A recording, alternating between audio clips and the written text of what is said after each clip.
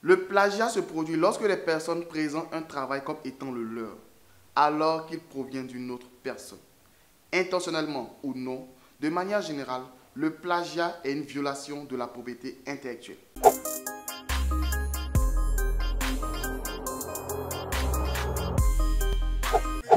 Bonjour à tous ou bonsoir au moment où vous regardez la vidéo, peu importe. Et je suis très heureux de me tenir devant vous pour vous faire une nouvelle vidéo. Et bonne heureuse année d'abord, premièrement, avant de commencer tout propos. Et normalement, cette vidéo devait faire partie des vidéos analyse et traitage de clips. Mais comme c'est un clip de Fjord de Björn, j'étais assez sûr que je n'allais pas avoir grand chose à décrypter ou analyser comme on le fait sur la chaîne de manière méthodique et structurée. Mais il y a une chose et un bad buzz qui circule actuellement sur le web concernant cette nouvelle sortie de Fjord de Björn. Et cela crée tellement de tollé qu'il fallait que je fasse une véritable recherche approfondie pour savoir de quoi il s'agit véritablement. Déjà, toutes les personnes vont me mettre en commentaire que non, tu es jaloux de lui, que tu es un haineux, tu es un rageux et autres. Je tiens à dire précisément, avant de commencer, que vous êtes tout simplement très con. Excusez-moi du terme, mais c'est la vérité. Déjà, je ne suis pas artiste, je ne suis pas un concurrent Fjord de Björn. Donc, il n'y a aucune raison pour que je sois jaloux de lui pour faire une vidéo pour le dénigrer et autres. Et cette vidéo, ce n'est pas pour dénigrer ou accuser ou justifier quoi que ce soit.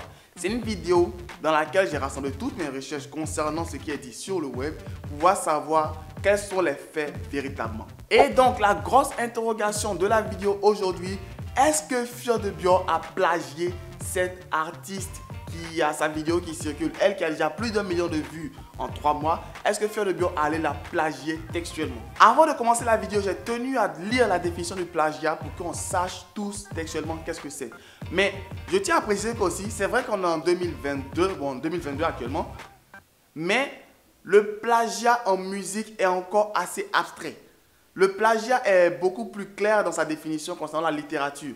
Et en musique, pour parler de plagiat, il faudrait que ce soit véritablement du copier-coller textuellement. Instrumental, texte, pas de danse, quasiment tout doit être quasiment identique quand on parle de plagiat en musique. Parce que c'est assez difficile de dire qu'il a plagié. Très souvent, on peut dire qu'il a remixé, il a revisité ou tout simplement il s'est inspiré. Donc retenez bien ces thèmes. Revisiter, inspirer ou remasteriser ou remixer. C'est tout simplement ces différentes expressions qui font que souvent, c'est difficile de dire qu'il y a eu plagiat ou pas. Donc sur Facebook, les collages qui sont faits entre ces deux clips, c'est le clip de Fjord de Björn Godo Godo. Excusez pour ce que ça veut dire, je n'ai pas pu trouver quelque chose de logique. Ça veut dire soit je suis amoureux, soit on est ensemble, un truc de ce genre. Je n'ai pas compris véritablement la logique de Godo Godo. Pour ceux qui connaissent la logique de Godo Godo, bien ce que Godo Godo signifie véritablement, mettez-le en commentaire pour expliquer aux autres parce que certains connaissent mieux des définitions, connaissent mieux certaines choses que moi. Donc, mettez en commentaire que signifie Godo Godo, selon vous, ce que vous avez compris. Donc, l'artiste que tout le monde dit que Fjord de Björn a plagié s'appelle Oligé et le titre c'est Bandit. Et c'est le collage des deux qui est fait concernant le plagiat et tout ça. Et lorsque tu écoutes, il y a quand même beaucoup de similitudes. Il y a beaucoup de choses qui se ressemblent. Mais avec un peu de recul et surtout lorsque tu commences à lire un peu les commentaires et tout ça, il y a des Antillais qui viennent commenter le clip et qui donne véritablement le genre musical. Et ils expliquent au fait que c'est du bouillon. Excusez-moi si je prononce correctement. Et au fait, le bouillon, c'est un genre musical qu'on retrouve aux Antilles. Je lis les commentaires, excusez. Et donc, il y a un commentaire qui dit, alors oui, sauf que le style musical qu'il utilise, c'est le bouillon. Et ça vient des Antilles, plus précisément de l'île de la Dominique. Mais force à c'est quand même un honneur, dommage qu'il le reconnaisse. Le reste du commentaire n'est pas en français, excusez-moi, mais j'ai lu ce qui est en français. Donc pour ceux qui vont bien faire attention un peu au rythme et tout, ils vont se rendre compte que c'est quasiment similaire à un son qu'on écoutait beaucoup sur TikTok. Pour ne pas dire des vidéos qu'on regardait beaucoup sur TikTok avec des filles en maillot de bain. Vous voyez un peu? C'est quasiment le même style musical que Tutuni de Santorini. Et c'est quasiment la même chose. Je vais mettre quelques petits extraits de quelques secondes à chaque fois de peur de me faire striker. Mais peut-être je ne vais pas le faire aussi. Je parle parce que je ne sais pas encore comment je vais faire le montage. Et YouTube est assez strict. Donc lorsque tu connais un peu le genre musical qui est le bouillon, tu comprends un peu mieux la démarche musicale, la démarche artistique. Donc Fjord de Björn n'a pas fait un truc, comme il est dit, son style musical à lui particulier qui est aussi extravagant, aussi extraordinaire. C'est pas son style musical à lui, c'est du bouillon. Mais jusque là ça va. C'est-à-dire que c'est inspiré d'un style musical qui n'est pas ivoirien. Il est parti chercher quelque chose loin pour envoyer en Côte d'Ivoire. C'est à féliciter, c'est à applaudir parce qu'il a fait des recherches approfondies pour aller chercher ça aussi loin. Mais le problème c'est que quoi? dans les deux musiques, pour ne pas dire dans les deux clips, lorsque tu regardes et que tu écoutes principalement l'instrumental, c'est quasiment identique. Bon, pas quasiment, c'est identique. Même le, je sais pas si on appelle ça un sample, la signature audio que les beatmakers mettent sur les musiques, je sais pas comment on appelle. Aidez-moi encore en commentaire. Le sample en bas, Little Boy, on entend ça sur les deux instrumentales au même moment. Et ça, c'est ça qui maintenant m'a fait un petit clic, un petit déclic. Ça dit quoi?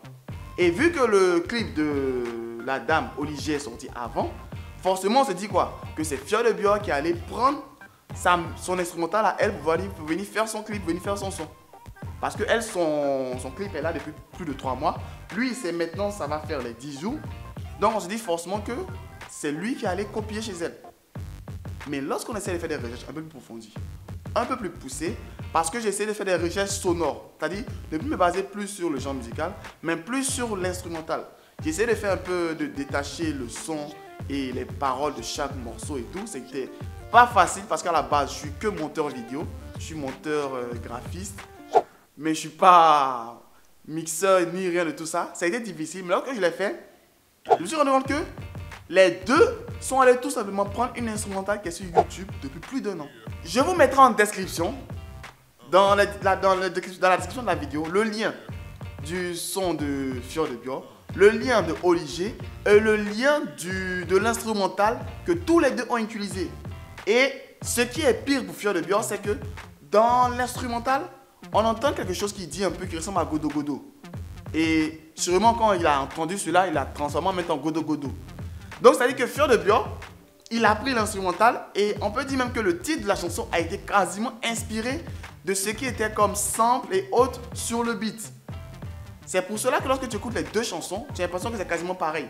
Sinon, la manière de chanter, c'est pas la même, le titre, c'est pas le même et tout, mais l'instrumental est totalement identique. Parce que les deux sont allés prendre une instrumentale qui était sur YouTube depuis plus d'1 an. L'instrumental, malheureusement, n'a pas beaucoup de vues, a moins de vues que les deux clips réunis, parce que l'instrumental tourne autour de 100 000 vues. Mais je sais qu'à la fin de la vidéo, ceux qui vont aller regarder pour aller vérifier et tout, ça sera plus que ça. 100 000 vues, moins de 2000 likes et tout. Alors que elle, sur son clip, elle a 1 million de vues, 21 000 likes. Et Fior de Bior, 36 000 vues, 36 000 likes, plus de likes qu'elle, et 779 000 vues. Il y aura plus de vues, beaucoup plus de vues que ça. Mais c'est pour dire quoi? Les deux ont téléchargé une instrumentale sur YouTube pour tout simplement venir faire le son tranquillement. Et ils font leur petite vie tranquille. Concernant les sons que les artistes ivoiriens prennent sur YouTube, laissons un peu le côté de Martinique, que le son vient de la Martinique et tout ça. Mon avis, c'est le même problème avec Ovecam. Mais lui, il avait acheté l'instrumental et tout. Par la suite, peut-être que Fior de Bior nous dira qu'il a acheté l'instrumental et tout. Mais le problème, c'est que lorsque l'instrumental est vendu à plusieurs personnes comme ça, il y a souvent des problèmes de strike. Elle, par exemple, elle peut signaler la vidéo à YouTube pour dire qu'elle a mis le son en première position. C'est un lapsus, en première position. Donc, elle peut demander à YouTube de supprimer le clip de Fior de Bior. Comme lui aussi, si par exemple il ne reconnaît pas avoir vendu ou avoir cédé les droits, il peut décider de supprimer les deux clips tout simplement de YouTube. Le problème, c'est pas que Fior de Bior ait pris une instrumentale sur YouTube. Le problème, c'est que on considère que Fior de Bior est un artiste maintenant international, a atteint un niveau de carrière où il ne peut plus se permettre de télécharger des instrumentales sur YouTube, voire faire des sons. Parce que Fior de Bior, quand tu parles de musique ivoirienne, avant c'était Arafat et tout, mais Fior de Bior est devenu le nouveau Arafat. Et Arafat ne pouvait pas se permettre de télécharger une instrumentale sur YouTube. Il pouvait certes s'inspirer, mais pas prendre du copier-coller. Et moi je pense que c'est vrai que Fior de Bior, on va lui jeter la pierre, mais c'est beaucoup la faute aussi du beatmaker. Quand tu écoutes une instrumentale sur YouTube, tu peux t'en inspirer, mais pas la télécharger et coller directement. Et Fior de Bior, je ne sais même pas s'il est au courant que son beatmaker a juste fait du télécharger, mis le son et balancé le clip sur YouTube. Parce que avoir le sample, la voix du beatmaker d'origine et autres là-dessus, ça dit qu'il n'a pas recopié, il n'a pas recomposé le beat. Il a fait tout simplement du copier-coller. Je tiens à préciser que cette vidéo n'est pas pour dénigrer ou lancer la pierre à qui que ce soit. Cette vidéo est juste à but explicatif parce qu'il y a beaucoup de personnes qui disaient que Fior de Bior a plagié Olivier. Alors que tout simplement, Olivier et Fior de Bior ont tout simplement téléchargé une instrumentale qui se trouvait sur YouTube depuis plus d'1 an. Donc la faute incombe à tous les deux.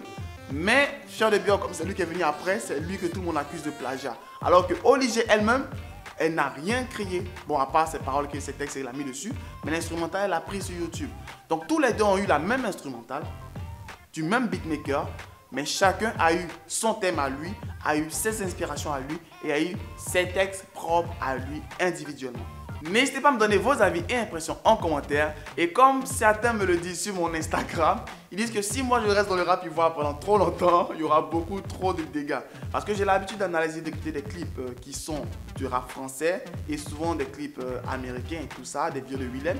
Ça fait que j'ai un esprit de réflexion et de recherche beaucoup plus poussé que ce qu'on trouve d'habitude dans le YouTube game ivoirien. Donc si je reste pendant assez longtemps, je risque de détruire beaucoup de choses. Donc c'est pour cela que je reste beaucoup plus sur la musique ivoirienne, plus rap ivoire et beaucoup plus sur le rap français et tout ça. N'hésitez pas à me donner vos avis et impressions en commentaire. Mon Instagram c'est Archiduc, c'était affiché tout au long de la vidéo. N'hésitez pas à me suivre, me rejoindre et donner vos avis et impressions en commentaire. Et honnêtement pour moi, je pense qu'on va parler de plagiat. Fior de Bio n'a pas plagié Oligé, les deux ont eu la même instrumentale. Donc au beatmaker de Fior de Bio, vous expliquer qu'est-ce qui s'est passé. Il était en panne d'inspiration ou quoi que ce soit d'autre, mais expliquer véritablement pourquoi on en est arrivé là. Pourquoi Fior de Bio, un artiste international comme notre Fior de Bio, puisse être obligé de voir prendre une instrumentale qui ne lui appartient pas pour rapper. Bon, pas pour rapper, pour faire du Fior de Bio. Parce que c'est du Fior de Bio. On comprend rien, on aime, on danse, on s'amuse. Sur ce, c'était Jeff pour vous servir. N'hésitez pas à me rejoindre sur Facebook, Instagram c'est Archiduc Jeff, sur TikTok c'est Jeff Comedy et on va se retrouver pour encore plus de vidéos. Abonnez-vous, activez la cloche parce que cette année 2022, je serai super actif, super réactif. À partir de février, il y aura beaucoup de nouveaux programmes et de nouveaux contenus sur la chaîne. Et on se tient pour une toute prochaine vidéo. Bye. Cordialement, Jeff.